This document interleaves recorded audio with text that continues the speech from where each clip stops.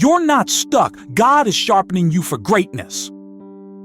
In moments where the world goes quiet and the heavens seem still, know this: you're not abandoned, you're being refined. Proverbs 27:17 declares, "As iron sharpens iron, so one person sharpens another." The friction, the solitude, the stillness, it's God shaping your edge for kingdom impact. Christine Kane once said, "Just because you're hidden doesn't mean you're not called." Hiddenness isn't punishment, it's preparation.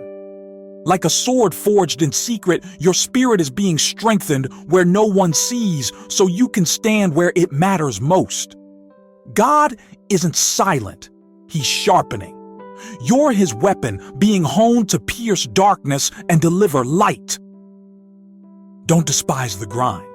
The forge is holy, and your edge is almost ready.